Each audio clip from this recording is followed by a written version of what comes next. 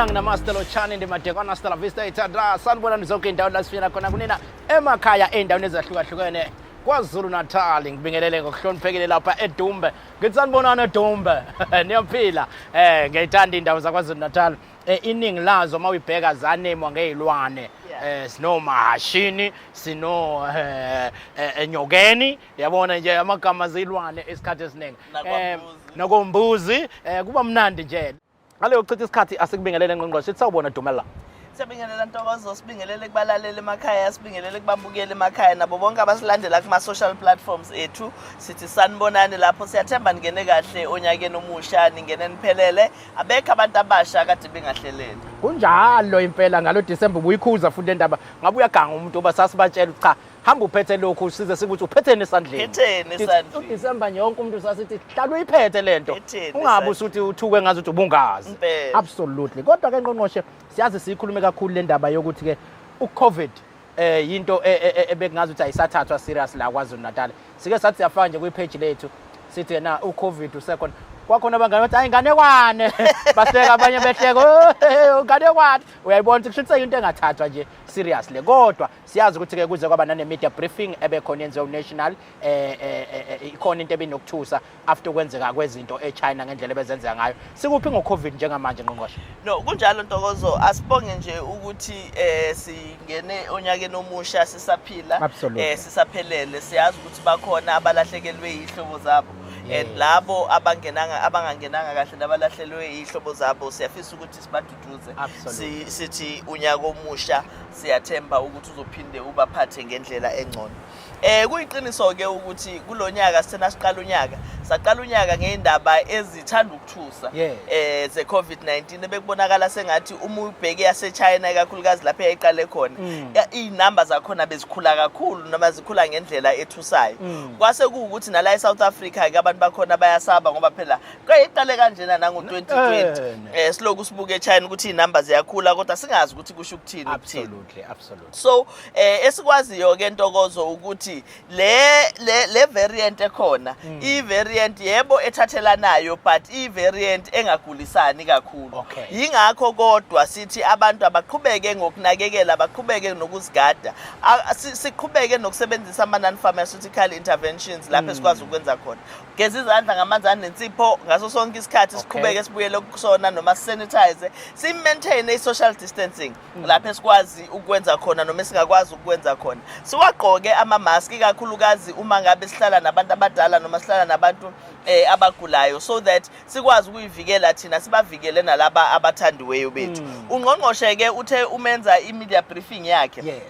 wachaza ukuthi cha la eSouth Africa besathole icase eyodwa noma umuntu oyedwa ogulayo onaleli gciwane kodwa abantu esibathole nje abane COVID lesijwayele bangaphezulu ka 460 and kuyinto ke le bese sesithola manje inamba zakhona iviki neviki so kuleli viki ke sithola abantu abangaphezulu ka 460 angiyafisa kodwa ukusho ukuthi bakhona abantu abasadlula emhlabeni bedluliswa iCovid-19 so akufanele sithathe kancane akufanele siyibukele phansi uma siqhubeka sithi abantu abahambe bayogoma siyabacela ngempela ukuthi abantu abayogoma ngoba sisuke sivikela bona ungqongqoshe ke njengoba kade enza media briefing noza kwabo base national noma bakazwelonke babe sebenza ne commitment yokuthi kuzoba khona ibooster ye vaccine ezovulwa before nje kuphela uJanuary benzela ukuthi nathi sonke bese sigomile le umgomo osekhona emzimbeni ngoba asikakazi kahle ukuthi ustrong kangakanani sibe nayo indlela yokuthi bawubooste so that uma lifika leli gciwane elithathelanayo lisithole sinamasosha aqinile emzimbeni ngoba phela i-vaccination noma umgomo umsebenzi wawo ukuqinisa amasosha omzimba ukuze singaguli so siyabacela abantu bakithi ukuthi uma ngabe selivulile lelo thuba lekuyofaka enye booster futhi baqhubeke bahambe bayoboost inkinga esinayo Ntokozo la kwaZulu Natal kakhulukazi ukuthi abantu bakithi bathi nasebebona ukuthi engathi igciwane noma igciwane le COVID-19 alisagulisani kakhulu bavele bayeka ngisho ukugoma kanti umgomo phela iyona into esiphilisayo umgomo iyona into esivikelayo kuleli gciwane lithina lingene emzimbeni uma ngabe ubugomile umgombo uvela uqeda amandla so siyacela ke abantu bakithi ukuthi bancane kakhulu abagomile ntokozo uma ngabe ubheka inamba namanani kade sikhuluma ngawo uyazi ukuthi sasino target ika 7 million asikaze sisondele nokusondela kuona ngoba abantu bakithi abathandi ukuthi bayogoma. Right now sisenabantu abagomile oba u3.3 million. 3.3 million phela million wonke kwaZulu Natal. Ulutho awuzange nje uzugome. So siyacela abangakaze bagome bahambe bayogoma.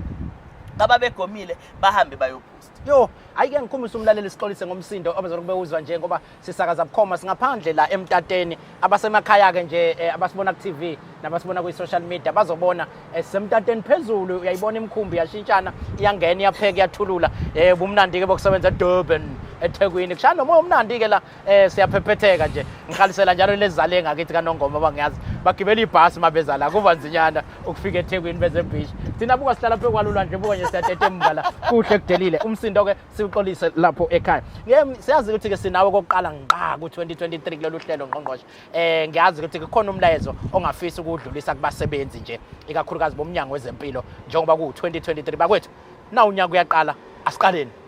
Cha ngiyafisa nje ukusho ntokozo kubasebenzi bezempilo ukuthi njengoba kuqala unyaka sisebenza siqala unyaka omusha siqala unyaka sithi we are hitting the ground running.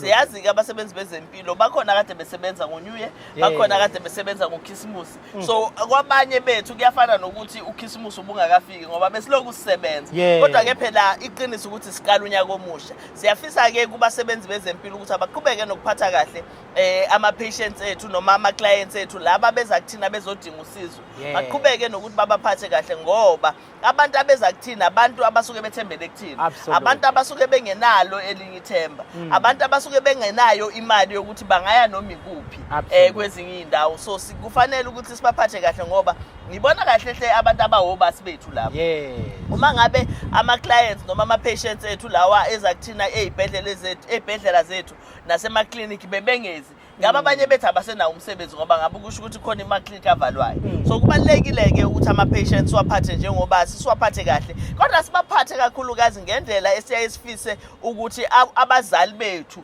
nami nje owami umzali ngingafisa aphatheke kanje uma ngabe efike esibhedlela sibahloniphe nabo siyacela kuma patients ukuthi uma efikile nawo asinikeze inhlonipho njengabasebenzi bezempilo ngoba akusebenzeki uma ngabe kungahlonishwani kubalekile ke ukuthi kube khona inhlonipho eqhamuka ngeindaweni zombili kodwa kubasebenzi bezempilo kakhulukazi siyacela ukuthi iqinise leyo nto ngoba ama health noma ama clients ethu meza kuthina asuke enethemba lokuthi asuke sezophila. Kukhona ke abasebenzi eke kwasetshenziswana nabo ngqongqoshe ngesikhathi seCovid ebebevela kwi-NGO ekuthiwa i-Right to Care. U-NGO ngicela ukuchazela laba khona abafethu safunda nabo la ekolelo dake abangawazi u-NGO uthusho ukuthini non-governmental organization angithi okusho ukuthi nje akusikho ukuthi inhlangano engahlangene nohulumeni absolutely okay ngoba mina la kwathiwa ngikhulumela umnyango wezempilo mayibangibhalela bethi angikhulumela ama-NGO kwesinye isikhathi bese ngiyadideka ukuthi ke lentatheli yekusiphi isikole kodwa ke angifuni ukuya lapho into ke engifuna sihlale kuyo la ngqongqoshe kune-NGO ekuthiwa Right to Care eyayikade ke nisebenzisana nayo uzosichazela ukuthi nani sebenzisana kanjani nayo and then kwagcina kunabasebenzi abathatheka ngo-COVID bathi mabethathekile kwanendlela ukuthi ke iyaphela inkontileka yabo ngesikhathi esithile base bekubhalela ngicela kodwa kube wena mhlawumbe osichazela ungqongqoshe ngaze ngiyibeke kabi ukuthi ke sifika kanjani ke la sebethi khona bona bayakhala ukuthi ngathi ke abaqashekile la emnyangweni wezempilo kodwa ke ngicela nje ukuyithatha mhlawumbe usibekele yona uyisusa emuva. No asibonge ntokozo siqale ngokuchaza ukuthi umnyango wezempilo njengoba sasithi nasixoxa sithi uma sixoxa sithi umsebenzi wezempilo umsebenzi wesociety asikwazi ukusebenza sisodwa njengohulumeni siyayisibe nama partners ke esibambisana nawo ama partners afana nama NGOs njengoba owachazayo abanye benza umsebenzi othize abanye baye benza umsebenzi wokubhekelela ukuthi ingane ikhula kanjani abanye benza umsebenzi wokubhekelela ukuthi ingane ziyakwazi ukudla ne-malnutrition emsebenzini wezempilo abanye babheka ukuthi abantu abaphuza amaphilisi eTB bawaphuza kahle abanye babheka amaphilisi oshukela ngoba khona lama NGOs adila ne-sugar diabetes kuphela. Kube khona ama NGOs adila nesifo igciwane lengculaza nakho konke lokho. So ngoba abantu laba abasebenza noma abasebenza ngama-patients noma ngabantu abafana naye esibasebenzisayo, sivumelana ukuthi ba ama-partners. Okusho ukuthi abantu esibambisene nabo emkhakheni wezempilo. Okungasho ukuthi basebenzela thina. Okungasho ukuthi basebenza thina sisebenzela bona. But uma kunama-programs athize siyakwazi ukuthi sibambisane nabo. Maningi ama-programs esiwenze nama-partners ehlukahlukene. Uma kufika isikhathi se-COVID-19 Ntokozo, amanye-ke ama-partners ethu ahamba ayeyela kulabantu ababafandayo, ayicelela ifunding ngokuhlukahlukana kwabo. Bese bethi-ke uma ngabe beyithola leyo funding beze emnyangweni wezempilo bathi kade lokunithi asibambisane, nayi imali esesiyitholile, naba abantu esesibaqashile, sibona ukuthi singanisiza ngokwenza ukuthi ngalabo bantu. Kwangaqali bakhona ama-NGOs in the past years uma bethola ifunding eyanele basiqashele abantu abazosiza mhlambe uthola ukuthi basisiza ngecomputer, abanye basisiza nge-data capturing information, abanye baze basiqashele ngisho nesi kwesinye isikhathi. Kuye ngokuthi indawo abakuyona basuke bebone or aba-operator kuyona basuke bebona isidingo sikuphi. So kulokhu-ke inhlangano, it was not right to care eqaleni kodwa udadewethu uzoyichaza, but inhlangano yafika yathi cha thina siyinikiwe ifunding ama-funders aqhamuka phesheya, and kule funding ngoba yithile siyidecide imali yethu le, sidecide ukuthi sizoqasha abantu abazonisiza ngokuthatha i-information. Sinabantu abangaphezulu kuka-50 esinabo. Sicabanga ukuthi singababeka ey'bhedlela zenu, yiziphi iy'bhedlela enifuna sibabeke kuzona ukuze sinilekelele. Sase siyavuma ukuthi hayi inkinga ayikho, uma ninabo nibakhokhela ngoba thina sasingakabi nemali ngaleso sikhathi, ningakwazi ukuthi nibalethe ngoba phela sasibadinga ngempela. So iqiniso-ke ukuthi abantu abasebenzela ama-NGOs basuke bengasebenzeli uhulumeni, basuke besebenzela lezo inhlangano lezo ezi-independent of uhulumeni. So ama-agreements abakhona phakathi kwenhlangano nabantu abaqashwe yiyona awafani nama-agreements kahulumeni. Sinabo nathi abantu esabaqasha, uma ama-NGOs eseyitholile imali nathi sahamba sayocela yethu imali, sathi sesikwazi ukuqasha abantu la bese sibabiza ngokuthi i-COVID staff noma bengasebona abantu be-COVID ngempela ngoba phela sebesebenza emnyangweni wezempilo generally. But nathi sinalabo bantu-ke njengomnyango wezempilo, nathi sinohlelo lwethu esilikhulumayo nesilikhulumisa labo bantu, but laba abaqashwa ama-NGOs i-agreement noma isivumelwano siphakathi kwaloyo wabaqasha nabo. Asisifaki thina kakhulu, sisifaka nje thina ngokuthi bathi hayi naba abantu sizonika bona abanisebenzele, kodwa ukuthi baholaphi, bahola kanjani, bahola isikhathi esingakanani kuphakathi kwabo nomqashi wabo. Nami ngithuke ngacishe ngaqimbeka phansi, omunye ngibuza ethi i-NGO, ngathuka ngathi sengiyi-NGO, ungqongqoshe usephathisa i-NGO, uthi angiphendule nge-NGO. Hayi kufuna ahambe nje aye lapho okufuna abuze khona ngoba phela asilazi kahle lolu ndaba. Thina sazi nje ngokuthi abantu bakhona balethiwe, i-NGO uma isibathatha futhi abantu bayo iyasho ukuthi hayi ke sesiyabathatha njalo abantu bethu singabe sesilwa futhi bese nginganami ngiloko ngimemeza ema-radio ngoba i-NGO cha ngiyabonga. Kodwa ngenhlanhla ke ngqongqoshe ngiyakwazi awunamona uthe naye ayifikele i-NGO u-right to care esinaye-ke udadewethu la usethathi imolefe. Ngiyathemba ngilisho kahle le gama, ngilisho ngisheshe ngoba angifuni ukulentuza sethathi imolefe, ngiyalirola ngoba ngingaze ngilisho kabi. Awusiphe kancane nje ubani usuka kuphi wenzani la ukhona? Ngiyabonga. Igama lami ngiSithathi Mulifi. Mina ngisebenzela u-right to care yona le NGO enikhuluma ngayo. I'm ka-right to care ngi-deputy chief of party, and also I'm the central lead for KZN. Makhoma umphathi sikelele. Uyabona-ke sibalethela umphathi wokugcina. Ngicela kodwa-ke ngale kokuthi ngichithe isikhathi nalo udaba ulubekile ungqongqoshe wanikeza nesamari. Luthini uhlangothi lweni ngoba abeyindaba bathinta mina umkhulumeli womnyango wezempilo ngodaba lwe-NGO wena. Ubacacisele nabantu futhi awusihulumeni wena. Kodwa-ke awusibeke esithombeni kwenzakalani ngaphansi kwalo daba. No, ngiyabonga. Njengoba u-MEC eseshilo ukuthi we are an NGO. And we partner ne-department. So sisebenzisana ne-department. Department iyahlela ukuthi as a department for i-program ezihlukene khona manje sikhuluma nge-COVID sinama-aims nama-objectives ukuthi simele senze 1 2 3 ngesikhathi esithile but sometimes kuyenzeka ukuthi miqala i-project uthola ukuthi mhlawumbe government akanayo imali yonke ekumele ukuthi isetshenziswe for i-project including ukuthi abantu bebe khona abazowenza lo msebenzi so kwenzekile-ke ukuthi i-funding sayithola qala i-funding yayi under i-NGO ebizwa i-IHPS and through i-NGO ye-IHPS kwaba nesivumelwano ukuthi okunye okusidingo esikhulu ukuthi kube nabantu abazo-collecta le information yokuthi obani abaphethwe i-COVID balala ezibhedlele kwenzekani ngabo bapholile kwenzeke njani njalo njalo so ama-data capturers so kwaqashwa-ke lama-data capturers abekwa kuzo zonke ibhedlela in KZN futhi na in the country basically besebenza ne-South Africa as a country to place lama data capturers at the hospitals because it was identified as a need sabona ukuthi kanti kunesidingo esikhona manje ke after some time i-funding yamuva from i-IHPS to i-right to care so it meant the same people bona laba besebenza lo msebenzi ngoba besebewazi and be-based at these hospitals bewazi umsebenzi bezazi nezi-facilities nezi hospitals we decided ukuthi mase sifumana le funding iza ku-right to care sithatha the same people senza ama-contract amasha nabo as right to care so lama-contract ebesho ukuthi i-contract yethu wena uyi-data capturer nathi siwu-right to care iphela 31 December 2022 so the contract's already stipulated la kokuqalwa nje manje-ke kwenzeka ukuthi as ba-implementers bathathe over as right to care starting from March bangeneke at different times but the first group ingene ngo-March into right to care with the contracts ezishoyo ukuthi kuphela 31 December and then when it was close ukuthi ama-contract aphele futhi senze notification ukuthi sibatshele ukuthi kuyaphela as besishilo nge-contract ukuthi i-funding yethu unfortunately iyaphela after 31 December azobe esengekho lama-position e-data capturer ezicapturer indaba zika-DotGov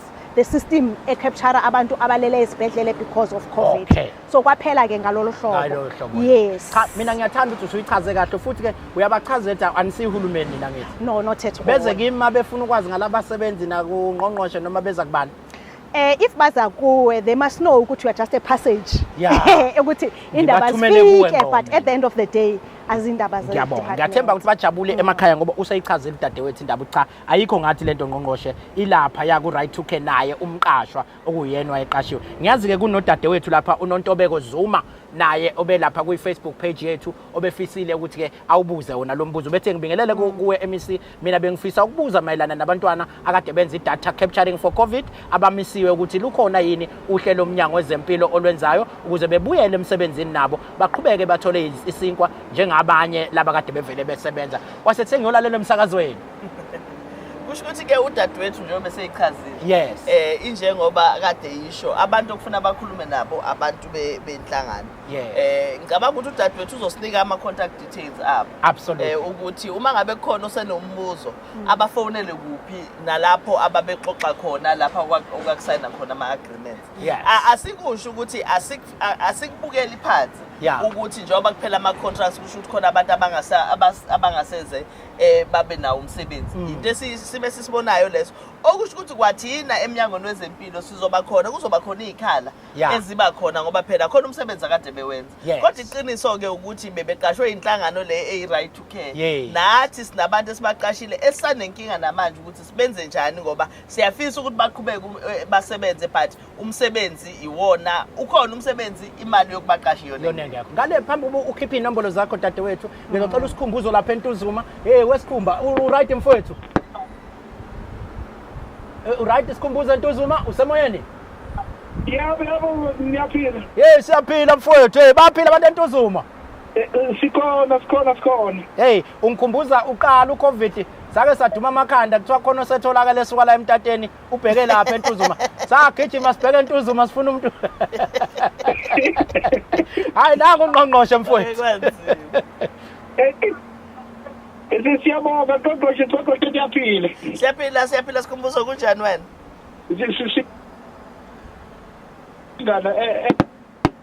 ungqongqoshe ethi lena le COVID ayigulisi yona kakhulu mawukuthi wajova ngayo yonke imijovo ilandelana njengoba siseza nje lapha eNtuzuma kukhona noma hamba nendlwana fanele futhi siphinde sijovele futhi nalena sikhumbuzo siyafisa ukuthi si-advise ukuthi ibooster asiyithathe njengoba ungqongqoshe omkhulu ubaba uphahla kade eshila ukuthi kuyothi kuphela uJanuary bayobe sebesinikeza ibooster entsha. Asiyithathe ngoba asikakazi manje ukuthi emzimbeni amasosha omzimba ase strong kangakanani.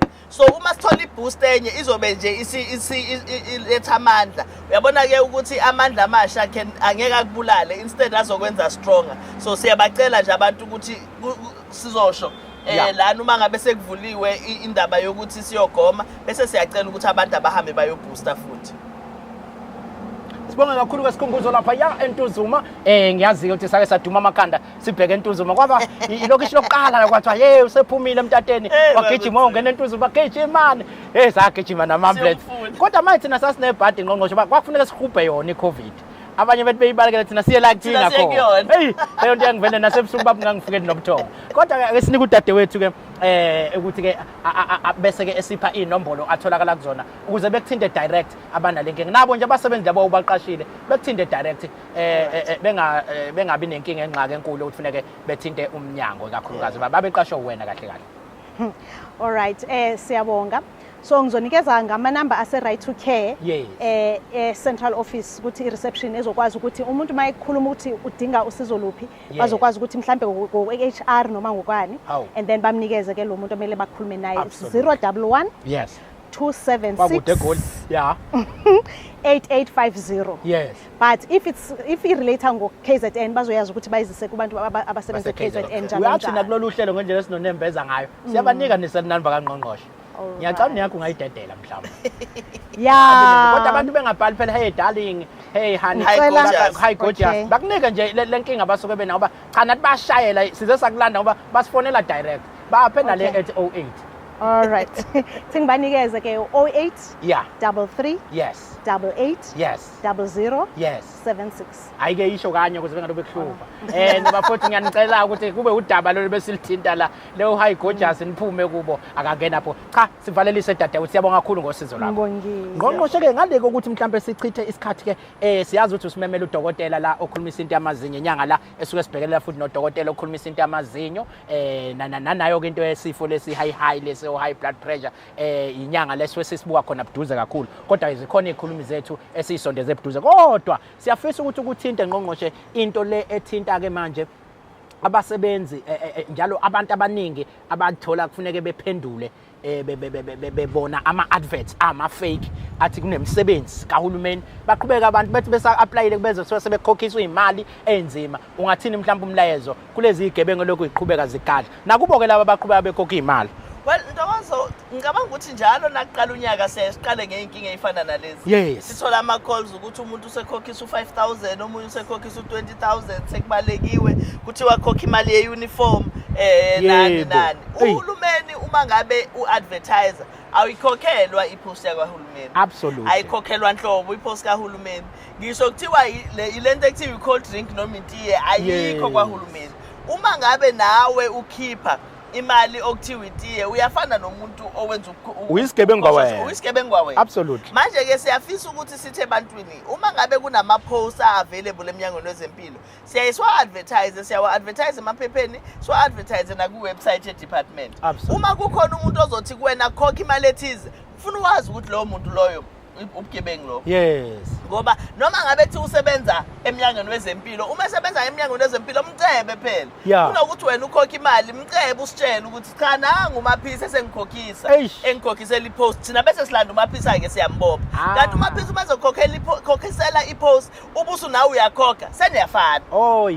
Seniyafana ngoba senenza ubugebengu obufanayo bese ke wena uyakhala usuzoza kuthini ukuthi hayi imali zethu sezambile sikhokhile ubukhokhelani ngoba phela ama-post akahulumeni awakhokhisa. Siyacela mphakathi emakhaya ukuthi nibugade lo bugebengu. Ubugebengu obuhlale bukhona ubugebengu obubuyayo njalo unyaka nonyaka kodwa kwenzeki ukuthi ukhokhe ubusu uyaqashwa. Uyazi ngeke ngamiswa amaphoyisa elinye lamadolobha engilisho bangifuna ube ngathi ngiyacwasa lamadolobha. Angimise ngibona ukuthi kasengoneni mhlawumbe irobot ngabe ngilishayile nangazi angibuyisele eceleni mangima ebesethi uyaphila ngithi ngiyaphila athi waziwamuhle bese ngibonga nje nami lokho ke ngijabule ebesethi awusiphi imali ka drink kodwa akho cala acela nje lokho ke wenze njani ngisuke ngikwazani kuleso simo.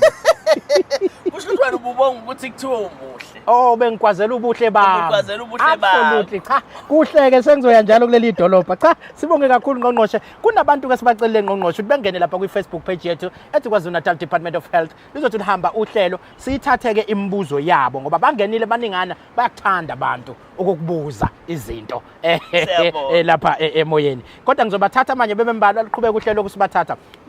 Umam senamile Ngcobo. Ngani umam noma umam kodwa ku MUM. Ngathemba ukuthi umam senamile Ngcobo. Uthi our leader, oh sibonga ukuthi iqiniso walenza mhla uthi asihluleke asikhuleke sizo absorb. Wathi abakhuleke ma? Asikhululeke. Oh wathi abakhuleke. Uthi na cha wathi na asikhuleke. Kusho wathi asikhululeke.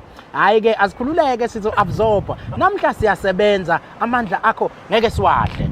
Siyabonga kakhulu kumama usenamile. Ngiyacabanga ukuthi usinika futhi ithuba lokuthi siphinde siyichaze lolu daba ukuthi savumelana ukuthi bonke labo esasibaqashile njengomnyango wezempilo for iCovid-19 ngoba sesiyabasebenzisa sibasebenzisela into ezihlukene eminyango lwezempilo asifisi ukubadedela kodwa inkinga esinayo ukuthi asinayo imali yokubaqasha bonke kanye kanye sizoba absorba ke kancane uma kuloku kuvela ama post. Ngiyajabula ke uma ngabe chaza udadewethu senamile kuyabonakala ukuthi kusho ukuthi laba sebeqalile ama post asevelile sebeqalile baya absorb. Sizoqhubeka senze njalo ke nalabo abangaka absorb bangaphela amandla sizobe siloku siqhubeka nje nomsebenzi. Lithi culo sekusele kancane mangingene awusekusele kancane usimangaliso sithola ukuthi leadership aphamisa izandla lento yobu leadership lena ngathi bayizwa abantu unaledi khalikane uthi ngiyabingelela ngicela ukubuza ngenze njani ngoba mina ngifuna ukuvala inzalo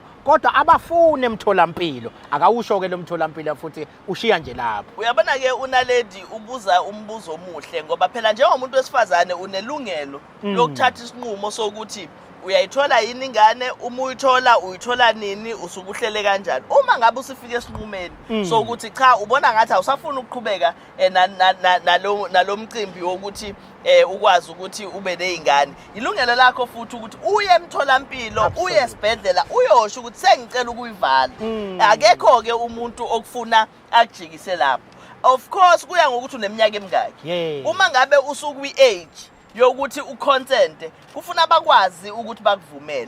Bayaye bakugayideke odokotela ukuthi babuka iminyaka yakho ukuthi usuneminyaka emingaki usenayo yini potential yokuthi ungaba nazo ezinye izingane usazoshada usengashada noma unezingane ezingaki kodwa ekugcineni i-decision kube yakho wena umuntu wesifazane. So laba bangafuni ukuthi bamenzele into afisa ukuyenza ngiyafisa ukuthi aphinde abuye la kuwena Ntokozo asho ukuthi isiphi lesibhedlela yipi le clinic so that singenelele asiphe nama details akhe so that sikwazi ukuthi sixoxisane naye. But umuntu wesifazane in fact umuntu wesilisa as well naye unelungelo lokuthi ayivale inzalo ngoba kuyenzeka uyakwazi ukuyivala umuntu wesifazane uyakwazi ukuyivala umuntu wesilisa wonke umuntu unelungelo lokuthatha leso sinqumo leso. Uma ngabe ufika ucela ukwenza lokho sibiza ngecounseling ngoba kubukwa ukuthi ama circumstances akho ami kanjani.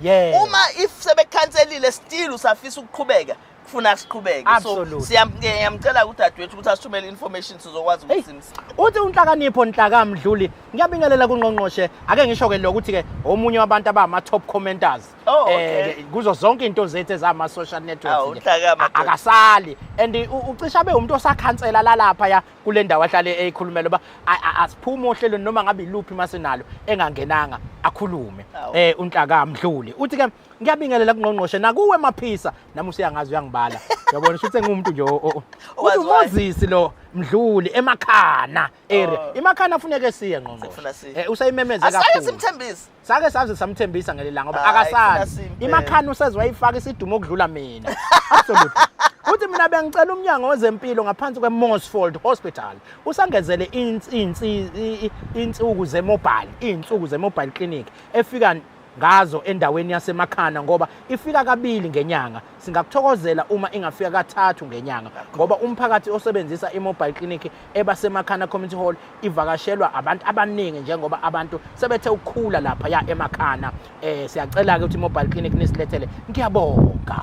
Uyabona ke siyajabula kakhulu ngoba unhlakanipho ufaka isicelo, ufaka ama details, ufaka nokuthi ufuna ucela ini. So udaba ke lolo sizolibuka. Ngiyacabanga ukuthi ngeviki elizayo next week Ntokozo sizobuya sesinayo impendulo.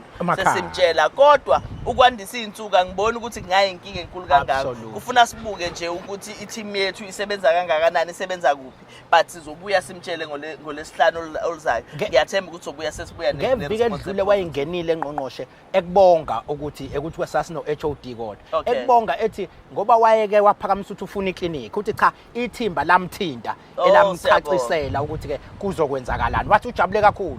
Ufuna sikhudle ngejubane selapha kudokotela wethu Dr. Zandile Macho. Ngisho kahle manje uMacho. I know sugar. Yo, yazi ubhala kutheni la kuthiwa Matthew. Manje seshe ngathi udokotela uMatthew. Anise ngiyabona ake ngizame okunye ngoba phela nina kubuye kube umsuthu umzuthu yebo kuyahlanganisa nje kuhlangene lapha ya uthi 45% abantu besilisa abane hypertension noma i-high blood pressure kanti abesifazane abanalenkinga babalelwa ko 48%. Lesi sifo esincike kakhulu nezinye izifo eziningi ezingagcina zidala ukugula nokudlula emhlabeni kwabantu. Siwumnyango ke wezempilo siyayisebenza kakhulu ke indaba ukuthi siqwashise ngasho lesifo lesimasuka sithole ithuba njengamanje basibalandeleke ingcwepheshi ledo kadokotela ngqongqoshe. Kodwa ngizocela ngaphambi basimusho ke ukuthi ubani akezisho nawe ukuthi ubani uvela kuphi la eminyangweni wenzani futhi. Ngiyabonga kakhulu Ntokozo, ngithanda ukubingelela uMC namhlanje. Ngibingelele nawe Ntokozo nabalaleli bonke. Ngiyabonga leli thuba eniphe lona ukuthi nami ngizokupha lokho engikwaziyo. Siqwashise nabantu emphakathini. Igama lami ke uZandile ngwakamacho ngokusuka ngwale kwaDukuza kodwa ke ngokuhlala ke nemfundo ke sengingala eThekwini yes phela mawakhona sibanga ukuthi useDurban mawuthi uvakashile uThokwena I know I'm from Durban. Ngokomsebenzi I'm specializing kwa public health currently based KZN kodwa ke ngisupport iThekwini district. Absolutely. Yeah. So odokotela baserious labangqongqoshe they support yabona based. Into enzima lezi hey. So now support and based so serious. Hayi noma usuyisa ngiyibika lapha ngithatha kulama gama asho odokotela. Ethi usebenza phe twahanga. Wenzani? I support. I'm based yabona into serious. Asakhuluma ngo injections namagama amancane. Your support on based. Into enzima ke lezi. Awusife dadewethu yini high blood pressure? Okay, so high blood pressure ngenye inkathi ithi high ngenye inkathi ithi umfutho wegazi. So ijolo kwenzeka uma inhliziyo ishaya ngaphezulu, ishaya kakhulu ukuthi imithambo yegazi ayisakwazi ukuhambisana nokushaya kwenhliziyo. So ikwenza kube nzima ukuhambisa igazi kuzo zonke izitho zomzimba emzimbeni womuntu. Asivele ke sithi umuntu une high blood pressure noma sithi une hypertension ngegama yes. Kodwa into ejele ukwenzeka ukuthi kuba izikhathi ezimbili lapho simcheck khona umuntu sathola khona ukuthi cha iBP yakhe ingaphezulu kwa 140/90 nesifunda emshinini and kwenzeke izikhathini ezimbili ezehlukene umuntu esephumlile. So asithatha umuntu makade ejima noma kade gijima ngoba nalokho kuke kukwenze ukuthi iBP ivele ibe phezulu ungaze ugcina unikeza umuntu amaphilisi isikhathi kungakabiyiso. Uyazi ubecishe nami ngayitshelise kuyoba ngigijima namhlanje kuyagaba vula yako 500. Ngithi ngiyabamba lapho umshini wabhala u500 kusuka kusayikho. Hayi lutho kusho ukuthi ngabe usufile. Usufile straight up. Hlale budget ngake ngafa mina. Kodwa ke akusenani. Yini izimpawu zayo futhi ibangwa yini dokotela? Okay. So ukubanga kwazi imbili ke izinto ezisuke zitheleleke ekutheni umuntu igazi lihambe kahle. Okokuqala kuba ukuthi lingakanani umthamo wegazi osukuphampwa inhliziyo. Okwesibili kulula kangakanani ukuthi lelo gazi likwazi ukuhamba emthanjeni. Njengoba kade sengishilo ke ukuthi yenzeke ivele inyuke mokuthi imithambo yakho ayisakwazi ukumelana nalelo gazi kugcina sekwenza umfutho wegazi ukuthi ukhuphuke. Kodwa njengoba ngishilo zikhona izinto ezijwayelekile kumuntu onempilo nje umuntu healthy ezingemzeke zimnyusela blood pressure yakhe njengokugijima njengokujima ukuzivocavoca kuyenzeka kodwa ke absolutely okwezinye izinto futhi ke kuba i-stress emntwini ukujabula kakhulu nakho kuyayinyusa kodwa ke nezinto ke njengokukhulela nokudala kweminyaka noma kumuntu egula nakho kuyenzeka ukuthi ukwinyusa ingakho singavele sithathe nge-reading yokuqala esike siyitholile sifunde siphinde futhi kodwa ke izinto ke ezizimpawu i-high blood pressure siyibiza nge-silent killer umbulala bethule because isikhathi esiningi ayizibonakalisi noma zikho izimpawu esikwazi ukuyikhomba sithi cha umuntu menza kanjena kusho ukuthi i-blood pressure yakhe inyukile kodwa zikhona ke izinto umuntu angayigada noma angayibheka ukuthi abuya ayisolo izinto efana nokuthi ube nenkinga yokuphathwa yikhanda ikhanda linkenkethe ngalendlela ukuthi lize linkenkethe kakhulu ngasemehlweni okwesibili kuba ukukhathela isibili kuba ukukhathala okungaphezulu kwamandla kube ukucikica kwenhliziyo kube inhliziyo eshaya ngamandla ezinye zezinto ongungazibona ezikwenza ukuthi usole kodwa kusho ukuthi izona zonke ezizinkomba zokuthi umuntu unyukelwe i-BP yakhe abanye bazoyibuza ukuthi isifo esigadla obana basengcupheni abantu abadala zingane noma isifo nje singaqhamuka noma inini so i-hypertension isifo esingaphatha noma ubani especially ke sijwayelekile kubantu between above 15 years kodwa ke zikhona ezinye izinto ezenza ukuthi umuntu abe sengcupheni enkulu okokuqala ukuthi mekhona ekhaya abasondelene nawe njengomzali noma ogogo abanayo inkinga ye-BP kuphinde futhi ke kuba ukuthi ukusidla kanjani umkhulu ngomzimba sike si-advise ukuthi kungcono wehle emzimbeni ngoba nalokho kuba nomthelela especially kwabantu abasuke bemkhulu what we call i-central obesity ubukhulu bakho buphakathi nendawo around indawo engaseswini kuyayinyusa lokho yebo abantu abangayivocavoci kuba ukudla futhi ukuthi sidla kanjani especially ukudla okunamafutha nokudla okunosawoti omningi wakhandla kimi unomphelo dokotela anti ngoneni hayi lutho mase kuba khona ke namanye amaphilisi njengeensiza kusebenza esizithathayo nezinto esiziphuzayo njengama-caffeine ziyayikhulisa i-risk yethu nokukhulelwa ke mawukhulela umuntu uyaba ngenxa ye-strain umzimba obanaso umuntu mekhulelwe uyaba seriskini yokuthi abe nenkinga yokuba ne-high blood pressure omunye uzoyibuza ukuthi ke nakho unkosikazi uthe uyaya lapha wabuya kwathi usene-high blood pressure kuyathelelwana yini ikhona indlela okuthelelwana ngayo la noma isifo nje cha kumele ukhuleke ngeke akuthelele umuntu i-hypertension akuthelelwana i-high blood pressure akuthelelwana umuntu nomuntu uba ne-risk yakhe njengoba sengishilo ukuthi ma unomndeni osondele so ochwepheshe bathi if unomndeni noma oyedwa osondelene nakhona ihlobo eseduzane siba naso obanaso kuyakhulisa amathuba akho ukuthi ube nayo i-high blood pressure kodwa akukho ukuthi ngokuhlala nje eduze kwakho sesingathelelana wangikhulula manje ke thina othola ukuthi nje ngapha kwagogo kwakamama ngathi ngiyafika uyabona nakhona ukhona oyimphethe nakagogo kamkhulu kababa ukhona imphethe kusho ukuthi ingcuphe isuke ngathi isondele kakhulu mhlawumbe sekungaba ukuthi ke onjani ogcine sedla amaphilisi nanokuthi ke kubaleke ngani umuntu mase kuthiwa akaqala amaphilisi engawayeki nobungozi ke buthi awayeke umuntu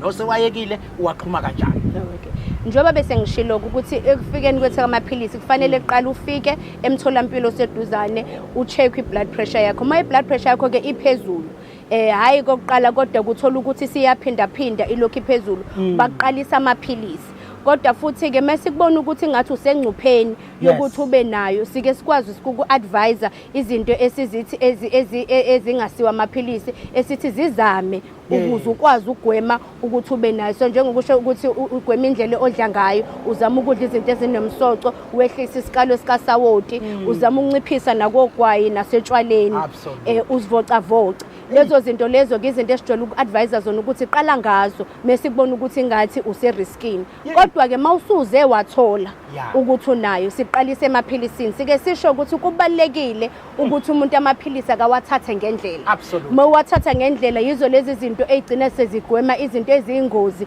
eziqhamukayo ngenxa yokuthi i-blood pressure yakho ibingalawulekile sonke lesi sikhathi ugcina usuphela ngokukhubazeka ebesingagwema ukuba umuntu bethathe amaphilisi akhe ngendlela ayi nguzwile ukuthi usuke KZN ikhona into yokufundisa la kuwena ngithi ngulalela ngizwe ngathi sengiseklasini futhi sengifuna ukuphakamisa ngicela ukubuza ngoba uzanayo kahle no sibonga udokotela uMachoke leyo obesilethela udaba le high blood pressure sibonga kakhulu dokotela ngesikhathi sakho esihle osiphe sona hayi nokubonga mina kakhulu. Siyabonga. Ngqongqoshe ke sisashintsha siyadlula siya komunye udokotela ngoba namhlanje usibophele usilethele izinkunzi malanga zodwa. Lapha kwi-Facebook page yethu kuno Blessing Ndlovu othi ngibingelele. Ngicela ukubuza ukuthi selwangena nini uhlelo lwezempilo kuKhozi FM selwangilahlekela ngisalibona.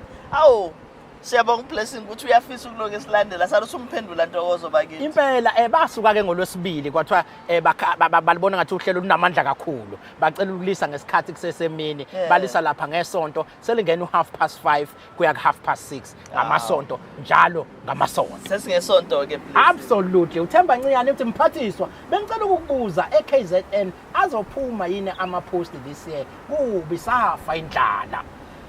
Well, ama-post ahlale ephuma inyanga nenyanga in fact emnyangweni wezempilo.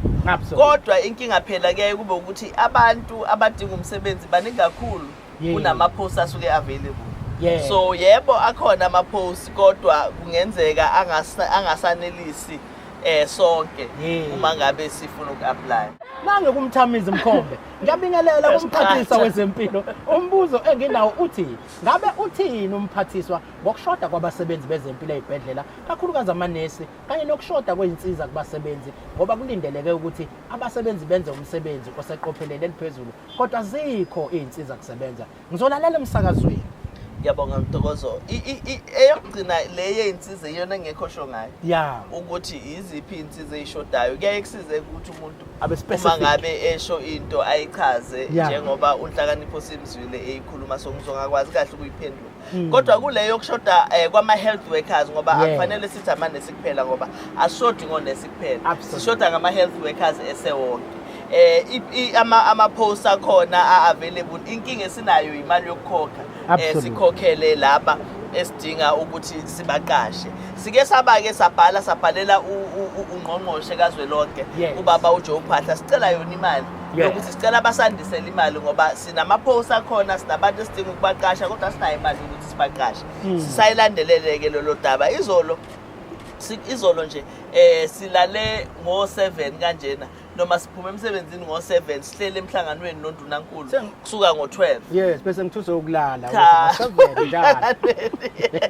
Siphume emhlanganweni singene ngo-12 saphuma ngo-7 sixoxa lona lolu daba ukuthi sisenze njani ukuthi sigcine sikwazi ukubatholile ukuthi siwathole abasebenzi bezempilo ngoba siyabadinga kodwa imali asinayo. uNdunankulu ke naye uyisenzile isibophezelo sokuthi uzozama axoxe no-minister axoxe nano-minister wezezimali sibone ukuthi khona yini into abangasiza ngayo ukuze sikwazi ukuthi sigcine siqashile abasebenzi bezempilo labo esibadingayo. Uthi-ke uNkululeko Mkhize kwaMambulu sicela ukubuza akukho yini eningasiza ngakho kunenkinga yama-ambulance entunjambili awasayi empise kunanezizathu-ke kepha-ke sekwande isibalo sabashonile empise clinic.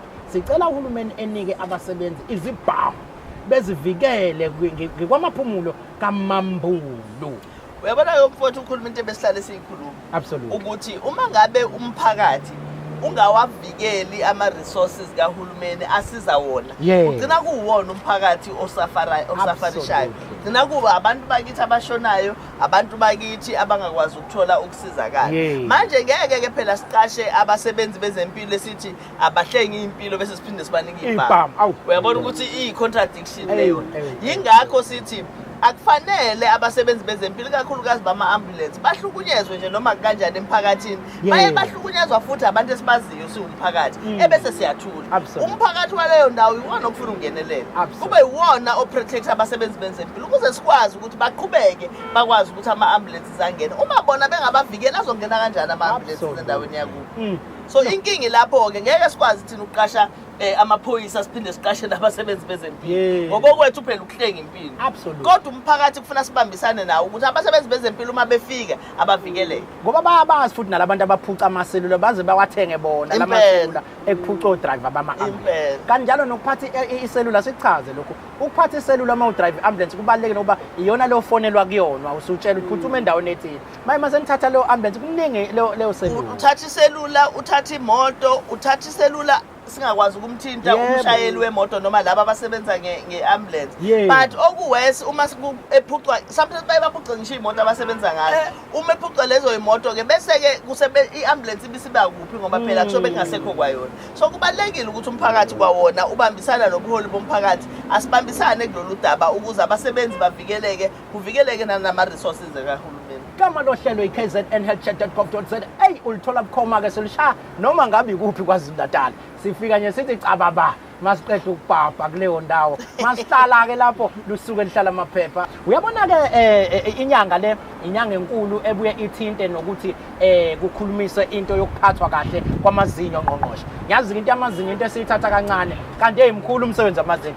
Uyazi kuze kube khona umuntu ofunda azabe udokotela efundela izinyo nje. Angazi noma usuke efundela elilodwa kokunye noma wafundela lonke. Namhlanje ke silethelwe ke ingcwepheshi kadokotela la unokwanda Dlamini. Ngilisho kahle igama lakho. Yebo. Ungixolela mina Mzulu. Yabo.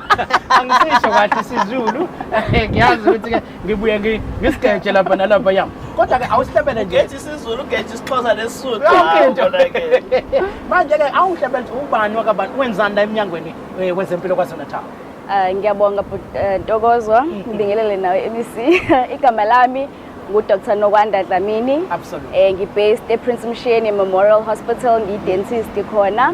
And I'm currently doing postgraduate studies e-UWC in forensic dentistry. Wow. Forensic Dentistry.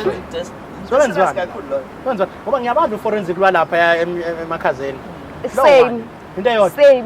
Uyabona nje uma ngabe kuthiwa umuntu ulahlekile akusakwazi ukutholakala isicubu nalutho bathatha amazinyo ke babuka ukuthi siyakwazi uku-identify. Beza kumina ngithola ama-dental records akho ngimatch nalomuntu ongaka-identifywa ukubonakala ukuthi yes nezinye-ke izinto imesha nje even today ngoba nginawo le ngxaki yamazinyo esiba manje akusenani-ke no siyazi ukuthi inyanga lesi esibuka khona kakhulu into ethinta ukuphathwa kwamazinyo. Iyini oral health nje omnye ngayi siyithatha kancane siyi-understand awuthi kusikhela nje phezulu iyini kahle kahle. Okay, but ngizoqala ngokuthi i-oral health is health. Yeah. That's the first thing abantu engithanda ukuthi bayi-understand ukuthi i-oral health is health. Masikhuluma nge-oral health asikhulumi mhlambe ngento e-isolated eyimele yodwa eceleni. Ukuba healthy komuntu kuyafikelela nasemlomeni. So umlomo o-healthy is basically indication of umzimba o-healthy. So nje i-oral health is health. And then masikhuluma nge-oral health ke sikhuluma ngokunakekela komlomo siwugcine uhlezi uhealth. Okay.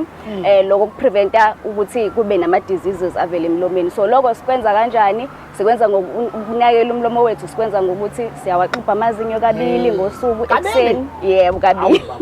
Ekuseni masiqeda ukudla nasebusuku before siyolala. Sisebenzisa i-mouthwash. Monganayo i-mouthwash ungasebenzisa amanzi antukuntuka nosawoti. Yes, siyaflossa. Kubalekile ukuflossa ngoba isixubha sifinyeleli kulezi indawo eziphakathi ephakathi nendawo emazinyweni siyaflossa. And then okubaleke kakhulu ukuthi uvakashele udokotela wakho wamazinyo kabili ngonyaka. Ayikho lento ngokuthi kufanele nithole imadlana phela kabili ngonyaka. No, kubalekile ngoba it's a must ngoba kunezinto ungakwazi ukufinyelela kuzona ekhaya ngesixubho kuphela. Siyafika ke thina ke singene ngemshini yethu sifike kulezo indawo siklinisise senze sure ukuthi umlomo wakho uhlale uhlanzekile and uhlezi unempilo. Ngiyazi ukuthi sidla yonke into losicabe ngisho amathambo yabona. Yona uma inidlile inyama kahle ningakacaba amathambo sokungakalungi. Iziphi izinto esiyidlayo ezingaba nobungozi emazinyweni? Okay, izinto esiyidlayo ezingaba nobungozi emazinyweni or emlomeni, angithi emlomeni. Asinga-isolate amazinyo wodwa ngoba kuningi okwenzeka emlomeni. Kuningi yabo. So asingathi izinyo kuphela. But-ke basically ukudla okunoshukela. Njengoswidi namakhekhe. Ngiyazi sonke siyathanda ushukela. Lezinto engiyithandayo bagadla kuzo ngoba. Siyawuthanda ushukela kodwa fanele sinciphise singenzi kuze kube over. Okay, so izinto ezifana namakhekhe noshukela ngicela sinciphise. Mase kuba ukudla neziphuzo ezine-acid. For example, like ama-cool drink. Ama-cool drink awulungela umlomo, awulungela amazinyo. ngiyazi manje uJanuary nangegadla lapha nakunemenite uthi impela unemenite hayi no inkinga is ukwenza too much of anything is bad for you right thina sithi kabaqala asiyayi kakhulu absolutely so ngiyazi manje uJanuary abantu benza ama detox anolamula phakathi lemon water abantu bagxilile kakhulu kuona ulamula no vinegar nani izinto nje ezine acid zenza ukuthi ilokhuza amazinyo khona le outer covering ezingene ekuthiwa enamel iyayithambisa enamel and it causes into ekuthiwa erosion so abantu nje ngicela abanciphise kolamula uzoyiphuma uzophuze lemon water wakho loyo uphuze ngestraw ukuze unga affect amazinyo ungabe usuphuza amazinyo yabo phela khona izimayiphila siyaxukuza lapha ya sekuthinteka amazinyo nanokuthi nje njalo uma uqeda ukudla angithi siyaxoxa ekseni siyaxoxa futhi nasebusuku but in between ama meals akho ungawurinse umlomo wakho with just normal water amanzi nje angena lutho ukuze ukudla lokho kusemlomeni kusuke ngoba ukudla mase sekuhleli kakhulu emlomeni nasemazinweni kuya-reacta ne-bacteria esemlomeni and then it produces i-acid and i-acid iyona ekhoza ukuthi amazinyo aqale abole yes ney'nsini nazo zi-affected e-boarding school la engangifunda khona kwakunento eyayibizwa ukuthi isilonyethe kwakuthiwa isilonyethe umuntu othi mayekhuluma khona lethi khikhikhi iphume iphungana elenza ukuthi ningazwani kahle kwesinye isikhathi manje leli iphunga leli ungasithi libangwa yini but ke silifikela kanjani ukuthi singabi nephunga lomlomo angiqale ngokuthi yini elibangayo ngoba ukulitreata kudependa ekutheni kubanjwe yini ukunuka komlomo so okokuqala nje ungawunakekeli umlomo wakho ngendlela uma ungazenzi lezi zinto engiyibalile zokunakekela umlomo wakho uzonuka so back to ukuthi i-oral health education iyona ebaluleke kakhulu absolutely and then if kuwukuthi umlomo wakho awunakekeli ngale ndlela ebengichaze ngayo it causes izinto like i-gum disease izifo zey'nsini so iy'nsini emeyivuvukala zopha lokho kuyakhoza ukuthi umlomo unuke phecelezi gingivitis and i-gingivitis mase usuyiyeke isikhathi sasingayithola thina babethi ngqongqoshe ihlihlifitis futhi kwakuzwakale samuye nje so ihlihlifitis unuke lo mlomo i-gingivitis-ke yona mase sihlala isikhathi eside ingatreatiwe iyaprogressa ibe into ekuthiwa i-periodontitis la uthola khona-ke abantu umuntu esexegelwa namazinga agcine sewaluzile so and then-ke mese kuba nokunye-ke like i-xerostomia isifo la umuntu anganawo amathe a-enough emlomeni uma unganawo amathe a-enough emlomeni umsebenzi wamathe emlomeni ukuflasha so amathe ayaflasha ilokhuza amagciwane ayaflasha ukudla basically maintaining ukuthi umlomo wakho ube clean so uma unganawo amathe a-enough emlomeni uzoba nomlomo onukayo yazi-ke leyo kuflasha mina ngivele ngiyithathe laba bambekuyifake bemosa amathe ukuthi bakhuze msana ukumosa but lento iyaflasha lapha ngaphakathi nanokuthi nje njengoba ngichazile ekuqaleni ukuthi oral health is health kunezinye izifo emzimbeni womuntu ezimanifesta emlomeni umuntu onesifo sashukela kuyabonakala emlomeni wakhe umuntu one-sinusitis ohlezi ecinene kuyabonakala emlomeni wakhe umuntu onezifo esiswini kuyabonakala emlomeni kuyazwakala umlomo uyanuka uma unalezo zifo absolutely yes so treata ukunuka komlomo kudependa ekutheni kuvelaphi so mangabe kuwukuthi unesifo sashukela i-diabetes uncontrolled the first point would be ukuthi utreat i-diabetes yakho yabo mangabe kuwukuthi it comes from ukuthi onayo i-knowledge yokuthi umlomo wakho ufanele unakelekele kanjani ila kungena khona i-oral health education la sikuthatha step by step sikutshela ukuthi yini ofanele uyenze to improve lokho isikhathi sakho kade siphile kodwa kumnandi ukuxoxa nawe manje sengilokhu ngiqhubekile ngiyakubuza njengoba uyalaleleka ngakho-ke ngizocela ukuthi-ke ngale kokuphoxa sizokubuyisa kulolu hlelo ngoba ngqongqoshe ngicela umcela aphinde abuye abuye kulolu hlelo ngoba into zakhe ngiyayibona uyichaza kahle kakhulu yes kanti ngiseneyokugcina igest yami engifisa nawe ukuthi sichazele into eyimfishane kodwa siyabonga kakhulu ngesikhathi sakho dokotela udlamini udokotela udlamini busho njalo angithi ngasisho kahle sibonga kulokho udlamini hayi phela I'm not good Julu Julu is not good siyabonga kakhulu ngqongqoshe sisafaka-ke olandelayo udokotela ngicela ukuthatha nawo umbuzo wokugcina uthi ngibingelele ku-MEC noma Gugu Simelane mina ngithi angisile-ke lijikelayo angizinsiza kusebenza kwezempilo ukushoda kwama-ambulance ngiyacanga ubuza ngento efanayo bosuyiphendula uzama Alex lo bese uphendula ungqongqoshe ke umbuzo lo othinta ukushoda kwama-ambulance. Kodwa ke sizongena sithathe kuDokotela uSipho Mdletshe manje umfowethu uSipho Mdleko yethu umdleko sengize ngathi udokotela uzoshoda ethi ubani wenzani eminyangweni. Sawubona Ntokozo no-MEC ngiyabingelela igama lami nguSipho Mdleko ngu-Human Resource Manager esibhedlela i-Eddington. Absolutely. No, into eyenze sakulethe kakhulukazi kafushane nesikhathi sisekho ngokuthina kunalento yama-fake adverts ngqongqoshe besifisa kodwa ukuthi ake sitshele njengo-Human Resource HR ukuthi i-advert esuke yala emnyangweni wezempilo kahle kahle siyibona ngani futhi ngingayi-identify kanjani ukuyihlukisa kula anobugebengu ama-adverts. Okay. Ama-adverts anobugebengu asemaningi kakhulu manje kwezokuxhumana. Kodwa ke njengomuntu ofuna umsebenzi kusho abantu ufuna baqaphele ezintweni eziningi nje ukuthi i-adverts ine-logo ye-department inama-writings e-department kodwa ngoba abantu sebeyakwazi ukuthi benze ama-adverts omgunyathi uma ukuthi umsebenzi yawusola ukuthi awona oyiqiniso into ofuna kuyenza ukuthi ucheck-e naku-website ye-department ama-post aphumile ayaphuma nakuyona i-website. Awavele nje aphume kwi-social media kuphele kanjalo aphuma na ku-website kodwa wena njengomuntu ofuna umsebenzi futhi mawukuthi na uyayisola ipost ukuthi ayilona iqiniso kunabantu abama-inquiries kwi-post i-advertisiwe. Okay. Yes, so ufuna ubuze kula bantu ukuthi ngabe khona yini ipost mawukuthi sesibhedlela ese-Eddington ubuze e-Eddington ukuthi ngabe khona ipost eni-advertisile eyisimo esikanje. Okunye futhi okufuna nizame ukuthi niqikelele ukuthi ipost ifuna uzama ubheka ukuthi inazo isihloko esikliye yini. Uma ukuthi post director ifuna kube u-director kuyiphi indawo i-section akuyona.